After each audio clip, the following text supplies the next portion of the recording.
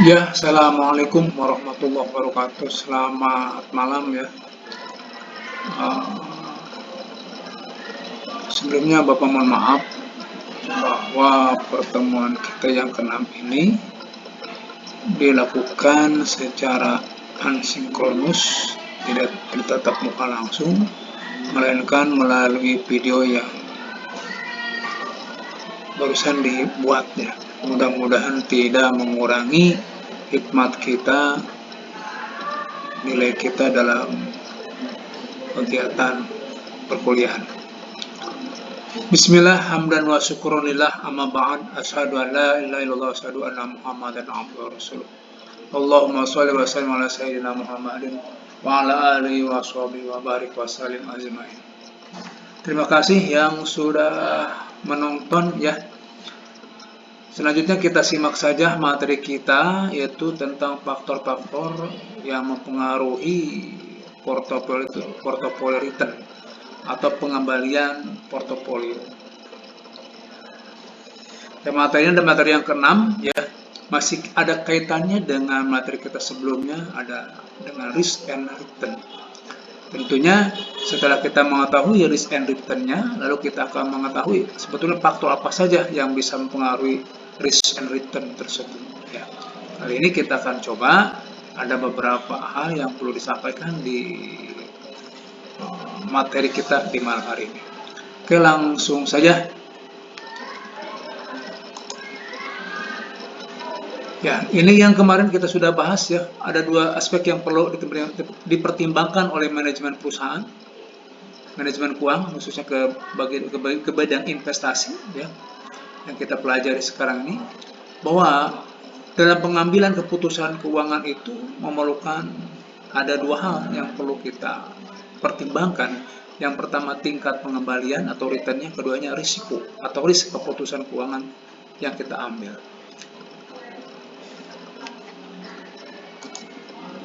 Return adalah tingkat pengembalian, yaitu imbalan yang diharapkan diperoleh masa yang akan datang. Atau return adalah tingkat keuntungan yang diharapkan, itu return. Selanjutnya, risiko adalah kemungkinan terjadinya hasil yang tidak diinginkan atau berlawanan dari yang diinginkan.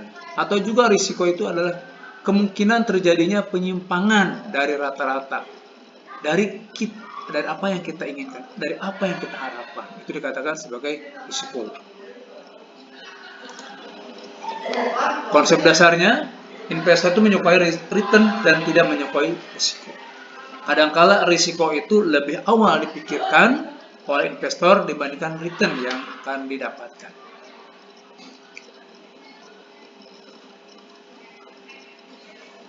Hubungannya antara risiko dan return, jika returnnya tinggi maka risikonya akan tinggi, jika returnnya turun atau rendah maka risikonya juga akan rendah. Hubungan risiko dengan return yang diharapkan, artinya semakin besar risiko suatu aset maka semakin besar pula return yang diharapkan atas aset tersebut, dan sebaliknya. High risk, high return. Itu yang sering kita dengarkan. Seluruh aset keuangan diharapkan akan menghasilkan arus kas. Karena apa? Karena aset yang kita miliki ya, itu harapan kita adalah bentuk real daripada arus kas kita, bentuk real daripada uang kita ya. Keduanya tingkat risiko suatu aset akan dinilai berdasarkan atas tingkat risiko arus kasnya ya. Jika arus kasnya bagus, tinggi, maka risikonya juga akan tinggi ya, berbanding lurus dengan arus kas.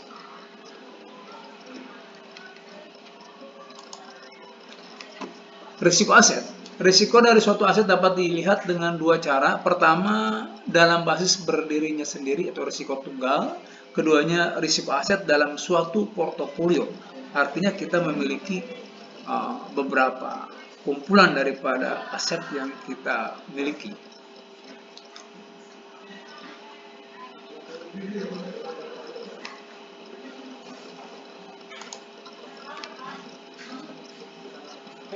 Ya. on standalone basis. Risiko yang harus ditanggung jika berinvestasi hanya pada satu aset saja. Arus kas aset dihitung secara terpisah. Tapi in a portfolio konteks, risiko yang harus ditanggung dalam berinvestasi pada sejumlah aset, lebih dari satu aset. Lebih dari satu aset. Arus kas dan sejumlah aset digabungkan. Oke. Ada satu aset yang kita miliki, kemudian ada beberapa portofolio yang kita miliki juga. Nah, ini semuanya memiliki risiko, ya. Di satu sisi kalau seandainya kita memiliki aset hanya satu saja, berarti risikonya tertumpuk pada aset tersebut. Tapi apabila kita memiliki portofolio, nah portofolio di sini ada beberapa portofolio, misalkan di saham A, B, C, D, dan E misalkan. Nah, ini tidak hanya berfokus pada satu saham saja, bisa saham yang lainnya. Ya, jadi ada diversifikasi. Nah, risiko ini bisa dimitigasi dengan kita penyebaran risiko. Nah, arus kasnya dari jumlah aset yaitu digabungkan. Itu bedanya antara one standalone basis dengan portfolio konteks.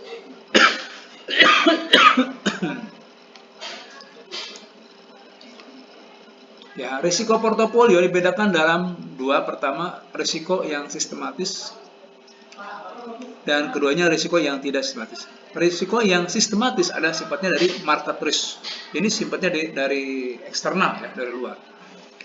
Terjadi di pasar misalnya. Terjadi karena pengaruh daripada gaya investor misalkan, ya, pengaruh dari minat investor atau pengaruh daripada iklim yang terjadi di bursa. Nah, ada beda dengan risiko yang tidak sistematis. Ini sumbernya adalah daripada internal perusahaan. Ini bisa diminimalisir dengan adanya diversifikasi risiko. Kalau yang sifatnya eksternal itu tidak bisa mitigasi, ya, tapi yang sifatnya internal bisa kita mitigasi.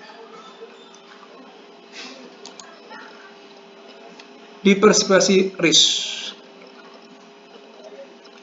disebabkan oleh kejadian-kejadian random seperti mogok kerja, sukses atau gagalnya marketing program. Efeknya terhadap portofolio dapat dihilangkan dengan diversifikasi. Ya, kita jangan hanya menyimpan bisa dalam satu bentuk portofolio, satu bentuk aset saja. Kita coba dengan aset yang lain sehingga terbentuk sebuah portofolio. Lakukan diversifikasi, ya. Lakukan penyebaran risiko, jadi tidak terfokus pada satu aset saja. Market risk ini disebabkan oleh faktor yang mempengaruhi hampir semua perusahaan, seperti inflasi, ya, naiknya harga BBM, perang, resesi, konflik politik, dan sebagainya. Ini market risk, risiko pasar. Ada beberapa hal yang menarik, ya, risiko pasar di sini.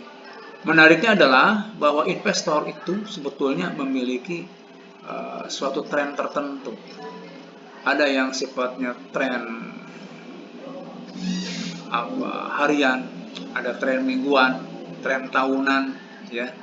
Seperti tren tahunan ada disebut dengan window dressing, ya. Kemudian ada yang sifatnya merupakan sebuah behavior atau perilaku daripada investor tersebut, ya, yang mereka kebanyakan melakukan hal-hal yang irasional, ya, sehingga terjadilah tren-tren tersebut.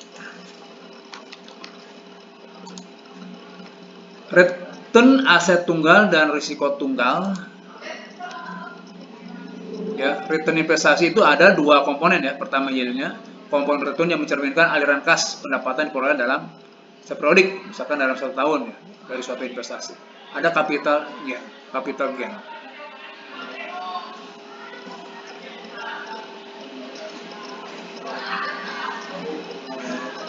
Ya, capital gain. Komponen return yang merupakan kenaikan penurunan harga suatu.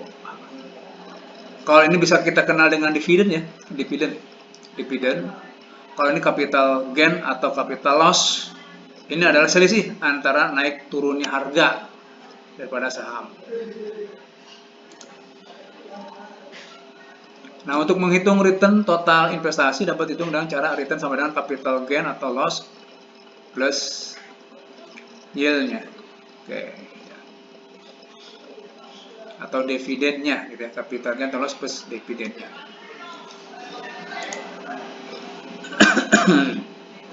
Nah, ini cara menghitung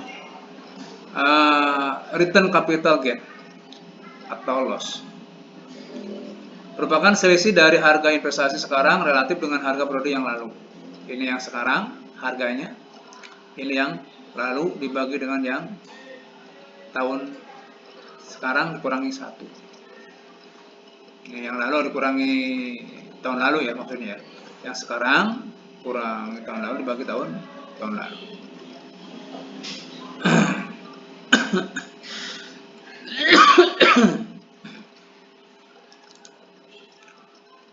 Pengukuran risiko tunggal. 3 cara pengukuran risiko tunggal. Yang pertama dengan return yang diharapkan, expected return. Keduanya deviasi standar return dan koefisien variasi. Nah, return yang diharapkan. Kita akan mencari tingkat return keuntungan yang diharapkan ya dengan cara rumus seperti ini.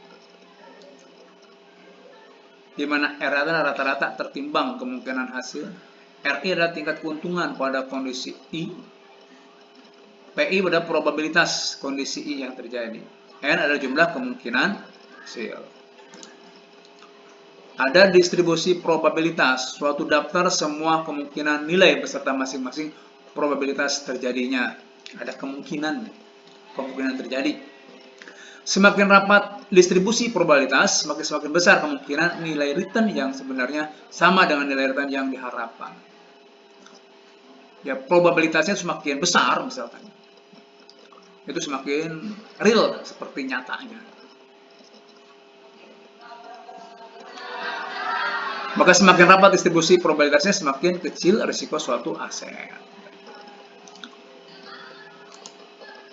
Nah, kita lihat di sini. Kelihatan ya. Nah, berapa nih? Oke. Oke, kita lihat di sini ada distribusi probabilitas untuk Martin Product dan US Water. Ada permintaan akan produk perusahaan, kuat, normal, dan lemah. Probabilitasnya terjadi permintaan 0,3, 0,4, 0,3. Nah, ini kemarin ada yang nanya nih ya. Ini Pak, probabilitas dari mana? Ini kita lihat kalau dijumlahkan adalah 1. Jadi probabilitas itu kemungkinan keluarnya. Jadi setiap kemungkinan keluar itu adalah hasilnya 1. Ya. Dari Martin Product dihasilkan adalah 100% untuk yang kuat dengan probabilitas 0,3. Kalau Martin Product untuk normal hanya 15, kemudian lemahnya minus 70%. Lalu yang ini US Water-nya 20%, 15%, dan 10%. Dengan menggunakan data Martin Product, kita dapat menghitung tingkat pengembalian yang diharapkan Martin Product sebagai berikut. Nah, R, tingkat pengembalian ya, return, berarti harga 1 dikali dengan return 1. Harga 1, probabilitas 1 kurangi, kita lihat nih probabilitas dan R, tingkat pengembalian ya, probabilitas dengan tingkat pengembalian. R itu tingkat pengembalian. Kalau probabilitas P itu, berarti ini probabilitas 1, tingkat pengembaliannya 1,3 kali 100, hasilnya adalah R-nya 15% untuk Martin Product ya. Nah, untuk yang US Water ini hasilnya sama 15%. Ada deviasi standar, cara yang kedua ya, deviasi standar. Untuk mengukur kerapatan distribusi probabilitas digunakan deviasi standar. Oke, kita lihat di sini. Ini sama-sama ya, ada sama nih. Returnnya sama-sama 15%. Nah, kalau misalkan returnnya sama 15%, kita lihat deviasi standarnya. Berarti langkah kedua ya, ukur dengan deviasi standar. Oke, semakin kecil deviasi standar, maka semakin rapat distribusi probabilitas, akibatnya semakin kecil risikonya.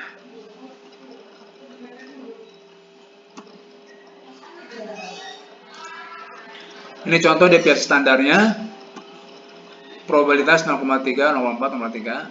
Nah ini jadi depresiasi standarnya ini.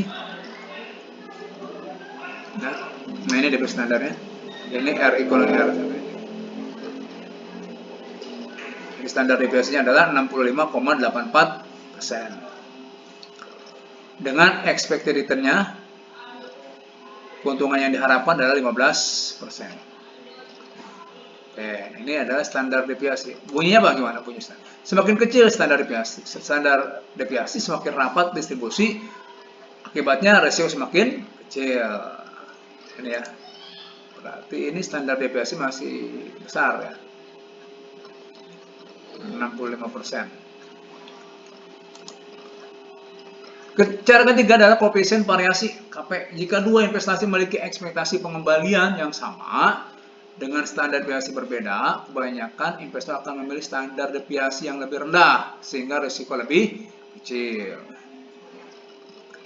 Kalau ekspektasi pengembaliannya sama ya, ekspektasi perkiraan pengembaliannya sama, berarti kita cari standar deviasi ya. Standar deviasinya deviasi yang lebih rendah, yang lebih kecil. Itu yang akan kita cari, yang kita ambil. Jika dua investasi memiliki risiko standar deviasi yang sama dengan ekspektasi pengembalian berbeda, nah umumnya kita akan memilih investasi dengan ekspektasi pengembalian yang lebih tinggi. Kalau risikonya sama-sama gitu ya, tapi tingkat pengembaliannya ada yang tinggi, kita ambil yang tinggi. Opsi yang ketiga nih, jika dua investasi salah satu memiliki ekspektasi pengembalian yang lebih tinggi, tetapi yang lainnya memiliki standar deviasi lebih rendah, maka gunakanlah koefisien variasi. Itu yang ini, koefisien variasi. Nah, ya. Berarti kita gunakan koefisien variasi. Nah, ini contohnya. Koefisien variasinya, misalkan apabila terdapat dua proyek A dan B, ini A, ini B, kita lihat return diharapkan 60%. Kalau return diharapkan 10%, standar deviasinya 15%. Standar deviasinya ada 3%. Kita cari di sini. Berapa koefisien variasinya? Ada 0,25. 0,3. Berarti proyek B lebih berisiko ya daripada proyek A. Ini berarti lebih berisiko. Kalau lebih berisiko berarti kita ambil yang A. Kenapa demikian? Pertama kita lihat nih. Dari tingkat returnnya itu besar 60, kalian hanya 10 ya. Standar deviasinya 15, ini 3. Perbandingannya lebih tinggi ini. Ini artinya ini akan lebih rendah ya. Koefisien variasinya. Ini yang lebih yang kita ambil. Koefisien variasi yang lebih rendah. Berikutnya investasi portofolio dan risiko portofolio. Nah, yang tadi itu adalah return-nya ya. Sekarang kita bicara masalah ini risiko portofolio. Nah, ini ada sebuah gambar. Don't put your eggs in all bowl. One bowl. Jangan kau letakkan telurmu dalam satu mangkok gitu ya. Lingkok mangkok. Ya, portofolio suatu kombinasi dua atau lebih investasi. Kombinasi lebih dari satu aset. Contohnya portofolio Tuan A terdiri dari saham Telkom, saham Indosat, saham Indofood. Tujuan portofolio adalah meminimumkan risiko atau kita membagi risiko ya dengan cara diversifikasi.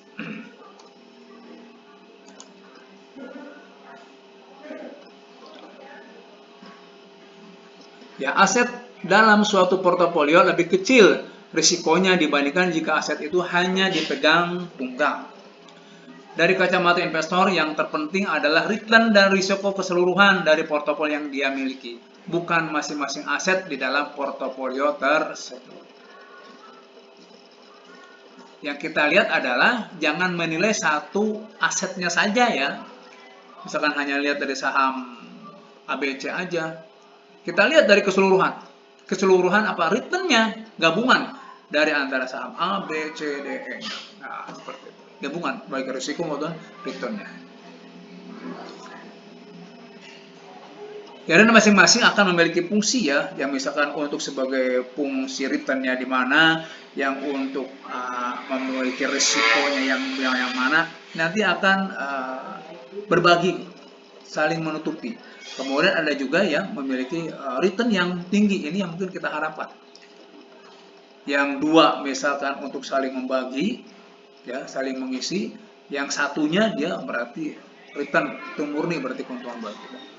Oleh karena itu, investor menganalisis bagaimana risiko dan return suatu aset tunggal mempengaruhi risiko dan return portofolio di mana aset itu berada. Berarti ada ngaruh ya tadi antara satu risiko aset dengan aset yang lainnya di dalam satu portofolio. Ini portofolio return ya, keuntungan portofolio nih. Ini rumusnya. Ini nilai masing-masing investasi dalam portofolio, ada berapa saham misalkan yang kita miliki ini. Returnnya berapa, W-nya nilai masing investasinya berapa. Di saham A, saham 1, saham 2, saham 3, dan seterusnya. Contohnya nih, jika membentuk portofolio senilai 100.000 US dollar dengan menginvestasikan 25.000 US dollar untuk setiap sahamnya, hitunglah pengembalian return portofolio yang diharapkan. Oke, kita lihat nih, Microsoft 12% dengan nilai investasinya 25 juta. Semuanya sama ya. Nilai investasi adalah WI-nya adalah 25.000. Tapi expected return-nya berbeda ya. Ini ada yang 12%, perkiraan keuntungannya gitu. Ada yang 11%, ada 10%. Coca-Cola 9,5%. Nah, ini untuk mencari return yang diharapkan dari portofolio. Jadi berapa? 10,75%. Ya, jadi gabungan. Kalau nama portofolio adalah gabungan, baik risiko maupun returnnya. Berikutnya portofolio risiko portofolio. Bukanlah menjumlahkan sederhana dari risiko sekuritas-sekuritas yang membentuk portofolio tersebut. Diukur dengan deviasi standar portofolio, tetapi tidak dihitung dicari dengan menggunakan rata-rata tertimbang deviasi. Apabila menggunakan itu berarti mengabaikan korelasi antara sekuritas yang ada di dalam portofolio. Korelasi antara sekuritas tersebut mempengaruhi besarnya deviasi standar portofolio. Covariance. Dalam konteks ini di manajemen portofolio, covariance menunjukkan sejauh mana return dari dua sekuritas mempunyai kecenderungan bergerak bersama-sama. Kalau covariance-nya berarti tinggi, berarti bagus ya. Ada pergerakan yang sama. Kalau misalkan pergerakannya ada pergerakan yang positif gitu ya. Tapi kalau pergerakan yang negatif berarti kita akan ruginya bersama-sama juga. Koefisien dan korelasi. Dalam konteks diversifikasi, korelasi menunjukkan sejauh mana return dari suatu sekuritas terkait satu dengan lainnya. Nah, ini hubungan ya antara satu aset dengan aset yang lain. Bagaimana hubungannya nih, kita lihat ini. Ada yang korelasi positif, korelasi negatif, kemudian yang tidak ada korelasi, ada juga ya. Tidak nyambung gitu, misalkan saham A dengan saham B tidak nyambung. Yang satu mah nagen ya, walaupun bagaimana terjadi, tapi yang satunya saling berhubungan.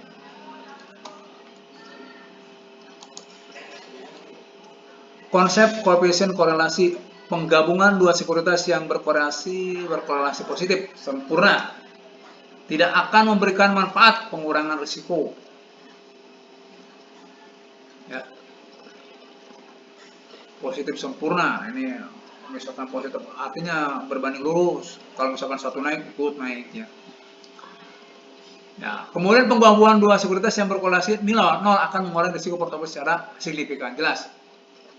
Yang berkorelasi nol artinya tidak korelasi. Nah, ini korelasi yang negatif nih, terbalik. Ini yang negatif, terbalik nih. Kemudian dalam dunia nyata, ketiga jenis korelasi ekstrim tersebut, nah ini sangat jarang terjadi. Ini sebuah teori. Menghitung risiko portofolio. Ada 3 cara ya. Ada dengan varian setiap sekuritas, dengan covariance atau bobot portofolio. Ini risiko portofolio kasus 2 sekuritas. Ya, kalau misalkan ada 2 sekuritas ini.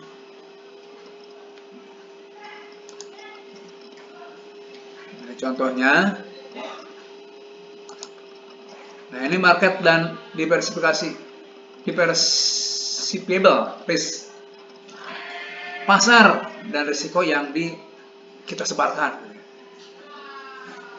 Dalam suatu kondisi tertentu, mengkombinasikan sekuritas dalam portofolio mengurangi risiko tapi tidak menghilangkan risiko. Sekali lagi, risiko itu tidak bisa dihilangkan, tapi risiko itu bisa kita kurangi.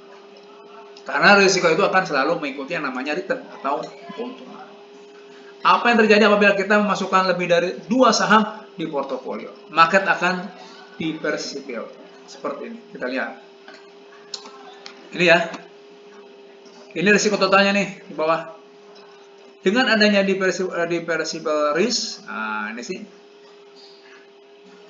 maka risiko dari portofolio akan berkurang seiring dengan bertambahnya jumlah saham di portofolio, jumlah sekuritas di sini.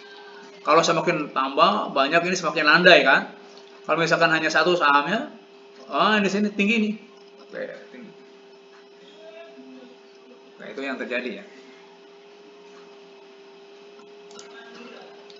Ini ada CAPM, Capital Asset Pricing Model nih. Merupakan model untuk menentukan harga suatu aset. CAPM adalah sebuah model yang menggambarkan hubungan antara risiko dan return yang diharapkan. Model ini digunakan dalam penilaian harga sekuritas. Model CAPM diperkenalkan oleh Traynor, Sharpe, dan Littner. Merupakan pengembangan dari portofolio yang dikembangkan oleh Markowitz. Dengan perkenalkan istilah yaitu risiko sistematik dan risiko non-sistematik.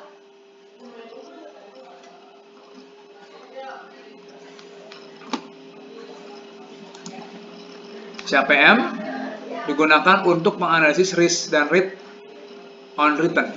Kesimpulannya dari CAPM, risiko yang relevan dari suatu saham adalah kontribusi risiko saham tersebut pada risiko portofolio. Beta dalam CAPM. Lanjut, ini beta dalam CAPM-nya ya. Kita lihat dari return on stock-nya, keuntungan di sahamnya. Ini keuntungan di pasar. Stok A, saham A di sini, mana saham A? Ini sama di tengah ya.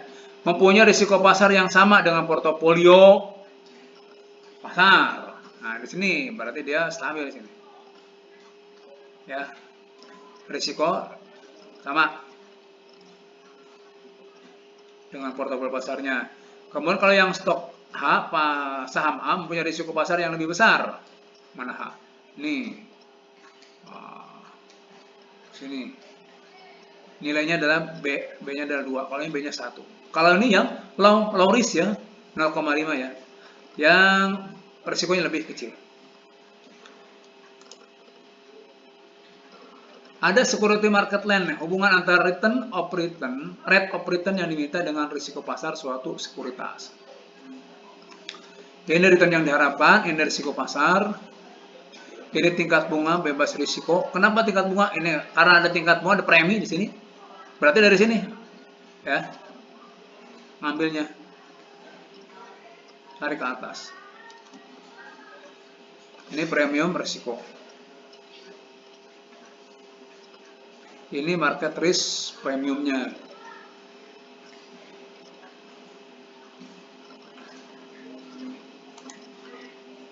Berikutnya security market lend. Semakin besar beta suatu sekuritas, maka semakin besar risiko pasarnya dan semakin besar pula return yang diinginkan investor.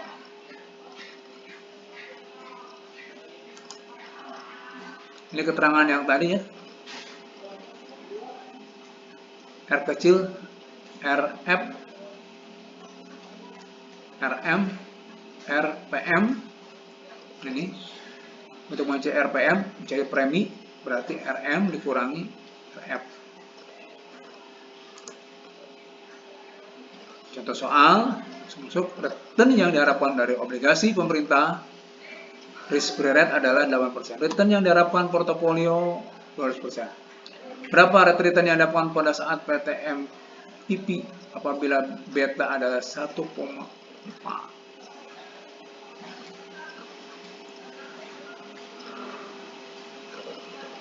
B-nya 1,4. Hasilnya adalah 13,6. Semakin tinggi beta suatu sekuritas, semakin tinggi risiko pasar, sehingga semakin tinggi pula return yang diminta oleh investor. Itu yang terjadi ya, high risk, high return. Jadi semakin tinggi risiko yang terjadi, maka akan semakin tinggi juga return yang diminta oleh investor di pasar. Tinggal kita mau seperti apa, apakah kita adalah risk averter, risk moderate, ya, atau kita merupakan yang biasa-biasa sajalah.